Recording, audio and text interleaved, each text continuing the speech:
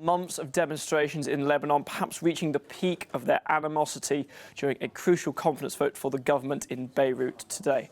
Well, let's take you now to some of the more dramatic pictures that we can see on the scene and the ground in Beirut. There you can see a cloud of tear gas, security forces firing that towards demonstrators, fireworks being sent back in response.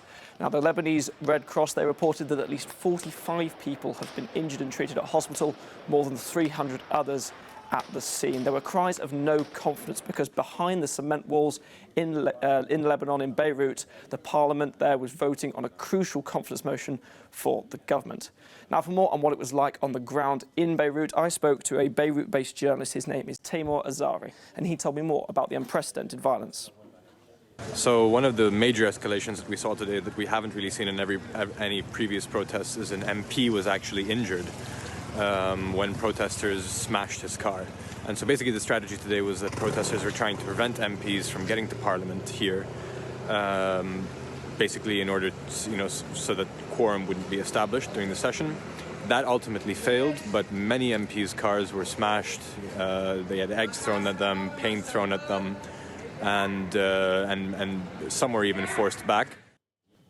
Now, the MP representative who was reportedly injured in those crises, well, he actually took to Twitter and appeared in a video that appeared to say he was fine. But Isabel, throughout these latest demonstrations, security forces and the army, they have been urging the protesters to try and maintain peaceful assembly. But Matt, there have been anti-government protests in Lebanon now since October. Why did they flare up again? Exactly. Well, yes, these take place 3 months ago, and it's all about the current financial crisis that Lebanon is in. It is the worst for decades. And many of these demonstrators, they blame the political elite in the country for what they're accusing them of incompetency and corruption. Now, Taimour was able to tell me a little bit more about exactly what the crisis has meant for people on the ground in Lebanon. You take that paycheck and try to buy things at the store. Prices have gone up because the currency has devalued. The currency has been pegged to the dollar for more than 2 decades, but recently that peg has really shown signs of strain.